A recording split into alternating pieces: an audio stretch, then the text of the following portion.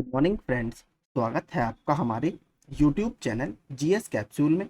I hope आप सभी लोग अच्छे होंगे और आपकी तैयारी अच्छी चल रही होगी। फ्रेंड्स, आप सभी को पता है हम अपने इस चैनल के माध्यम से यूपीपीएससी, यूपी ट्रिपल एससी और एसएससी से रिलेटेड इंपॉर्टेंट करंट अफेयर्स आपको रेगुलरली प्रोवाइड कराते रहते हैं वन लाइनर्स की फॉर्म में, और वीकेंड पर मैं आपको उसका पीडीएफ भी देता हूँ पूरा वीकली।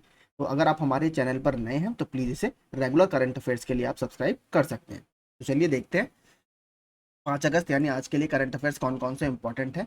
राष्ट्रपति द्रौपदी मुर्मू ने भोपाल में भारत के लोक और जनजातीय अभिव्यक्तियों के राष्ट्रीय महोत्सव उत्कर्ष और अंतर्राष्ट्रीय साहित्य महोत्सव उन्मेष का उद्घाटन किया। तो आपसे सीधे यही पूछेगा कि अभी हाल ही में जनजातीय अभिव्यक्तियों का राष्ट्रीय महोत्सव उत्कर्ष और उन्मेष कहाँ पर आयोजित किया गया? तो मध्य प्रदेश के भोपाल में आयोजित किया गया। तो भोपाल में अभी 1 से 2 महीने पहले G20 की एक साइंस 20 करके बैठक होती है, वो भी भोपाल में 2 दिन के लिए आयोजित की गई थी। तो भोपाल इस वजह से भी चर्चा में था। आगे देखते हैं। एमआई न्यूयॉर्क ने सिएटल आर्कास को 7 विकेट से हराकर यूएस T20 लीग, देखिए वैसे तो T20 लीग बहुत होती है, ये क्यों इंपॉर्टेंट है, मैंने क्यों डाला है, क्योंकि ये इसका उद्घाटन संस्करण था, यानी पहला संस्करण था। और एमआई न्यूयॉर्क ने इसको जीता है, यानी मुंबई इंडियंस न्यूयॉर्क ने इसको जीता है। इसका पूरा यूएस की T20 लीग का नाम क्या था? Major league cricket. इसका उद्घाटन संस्करण एमआई यानी मुंबई इंडियंस न्यूयॉर्क ने जीत लिया है।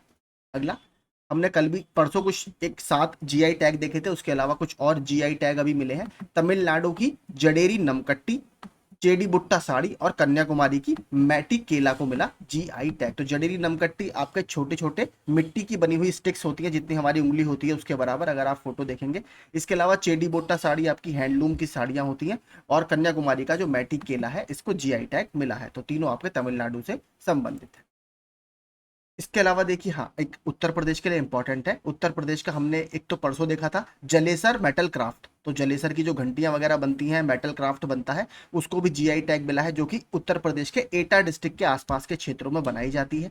इसके अलावा कल, आई थिंक परसों, जो आगरा का आपका फुटवियर है, या जो जूते वगैरह वहां पर बनते हैं चमड़े के, आपने देखा होगा, तो वहां पर भी काफी पुराना वो उद्योग है, लगभग 400 साल पुराना उद्योग माना जाता है वहां पर जूते बनाने का, उसको भी जीआई टैग मिल गया है, आगरा फुटवियर को, ये भी याद रखिएगा। झारखंड के मुख्यमंत्री हेमंत सोरेन ने हाल ही में राज्य के जमशेदपुर में देश की पहली हाइड्रोजन फ्यूल से संबंधित फैक्ट्री, यानी हाइड्रोजन ईंधन से संबंधित फैक्ट्री होगी देश की पहली, और इसको स्थापित करने के लिए अपनी मंजूरी दे दी है। आगे देखते हैं। संयुक्त राष्ट्र शैक्षिक, वैज्ञानिक और सांस्कृतिक संगठन यूनेस्को ने इटली में पर्यटकों के पसंदीदा स्थल, आपने देखा होगा वेनिस, जो कि पानी में डूबा हुआ शहर सा रहता है, उसमें नाव वगैरह भी चलती रहती है, वो एक यूनेस्को की वर्ल्ड हेरिटेज साइट है। लेकिन वहां पर देखिए उन्होंने क्या रिकमेंड किया है, अपनी विरासत खतरे की सूची, यानी जो हेरिटेज की डेंजर्स लिस्ट होती है, इसमें इसको जोड़ने की सिफारिश की है, क्योंकि यहाँ पर इतना अच्छे से इसको मैनेज नहीं किया जा रहा और इसका दोहन हो रहा है। आगे चलते हैं। शिक्षा मंत्री धर्मेंद्र प्रधान और विदेश मंत्री डॉक्टर एस जयशंकर ने संयुक्त रूप से नई दिल्ली में स्टडी इन इंडिया पोर्टल का उद्घाटन किया, SII। ये देखिए काफी इंपॉर्टेंट, कल एक रिपोर्ट आई थी। कर्नाटक प्रति विधायक सबसे अधिक औसत संपत्ति, ठीक है, मतलब एक विधायक के पास कितनी औसत संपत्ति है, और सबसे अधिक अरबपति विधायकों वाला राज्य बनकर उभरा है। देखिए करोड़पति भी नहीं, अरबपति विधायक है कर्नाटक में। तो अगर आपसे पूछे सबसे ज्यादा अरबपति विधायक या प्रति विधायक औसत संपत्ति सबसे ज्यादा कौन से राज्य के विधायकों के पास है, तो कर्नाटक राज्य के विधायकों के पास है। हिमाचल प्रदेश का राज्य पक्षी वेस्टर्न ट्रेगोपैन, देखिए क्यों मैंने क्वेश्चन डाला है, अभी अगर आप वीडियो का पेपर देखेंगे तो उसमें तेलंगाना का राजकीय पक्षी पूछ लिया था आपसे, तो इसीलिए मैंने डाला है, और ये चर्चा में भी रहा।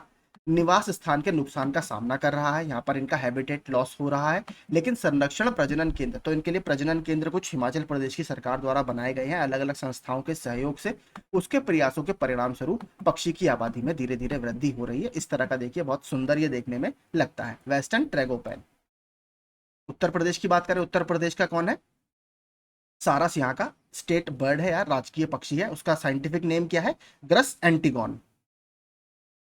सामाजिक न्याय और अधिकारिता मंत्रालय ने नशीली दवाओं की मांग में कमी के लिए राष्ट्रीय कार्य योजना यानी NAPDDR शुरू की है। देखिए NAPDDR का मतलब क्या है? National action plan for drug demand reduction, यानी ड्रग्स की जो डिमांड है उसको कम करने के लिए ministry of social justice and empowerment यानी सामाजिक न्याय और अधिकारिता मंत्रालय ने ये राष्ट्रीय कार्य योजना शुरू की है।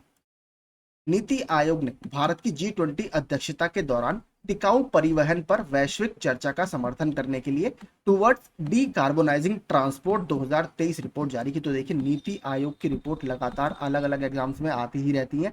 तो टुवर्ड्स डीकार्बोनाइजिंग ट्रांसपोर्ट, इसका मतलब क्या है? देखिए, आपको पता है जो हमारा ट्रांसपोर्ट सेक्टर होता है उससे कार्बन का उत्सर्जन बहुत ज्यादा होता है, क्योंकि हम उसमें ईंधन का उपयोग करते हैं और ईंधन जब जलता है तो आपकी हानिकारक गैसें निकलती हैं।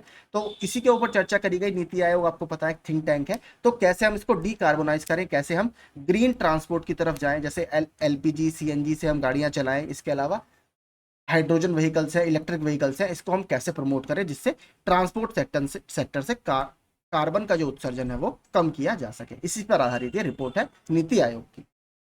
एक ये भी काफी इंपॉर्टेंट है। असम के मुख्यमंत्री हेमंत बिस्वा शर्मा ने अमृत वृक्ष आंदोलन के थीम गीत के साथ वन और पर्यावरण विभाग के अमृत वृक्ष आंदोलन वेब पोर्टल, तो आपसे सीधे यही पूछ सकता है कि हाल ही में अमृत वृक्ष आंदोलन वेब पोर्टल कौन सी राज्य सरकार द्वारा जारी किया गया? तो असम सरकार के द्वारा।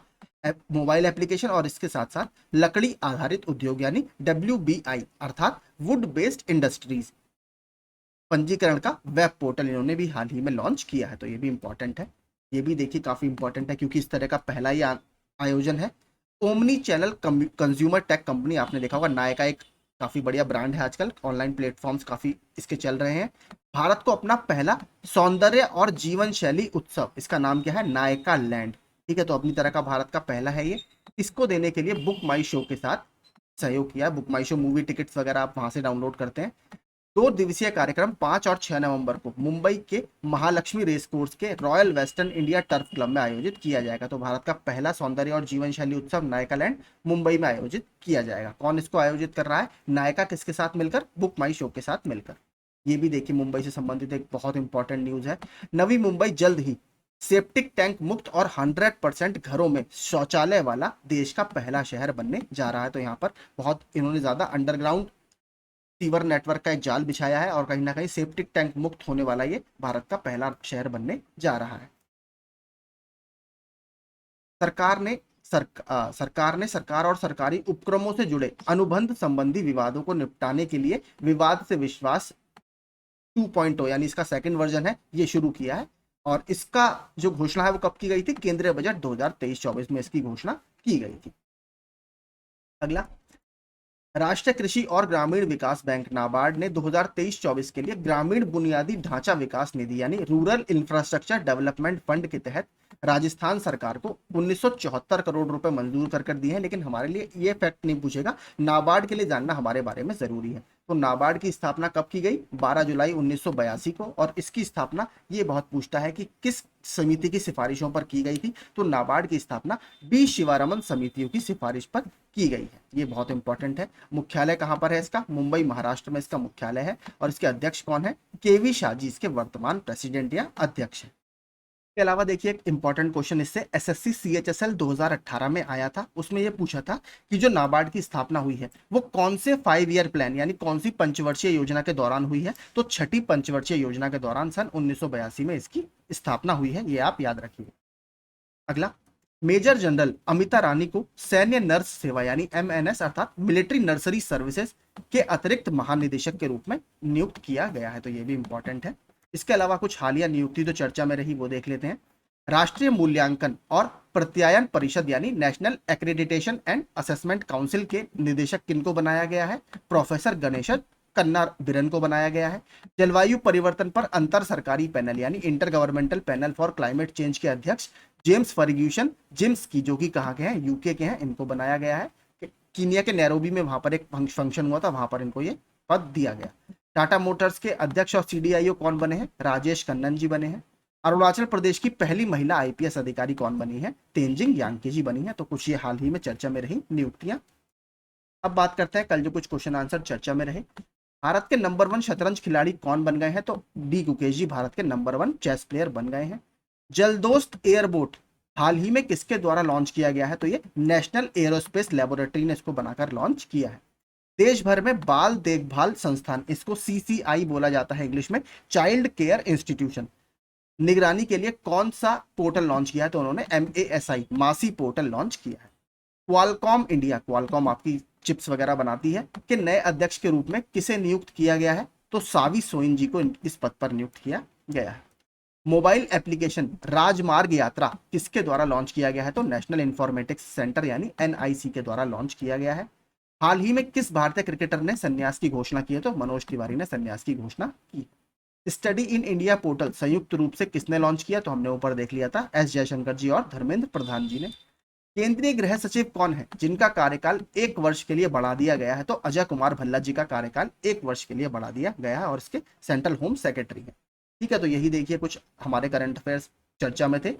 अगर आपको वीडियो पसंद आया तो प्लीज चैनल को सब्सक्राइब और वीडियो को लाइक जरूर कीजिएगा।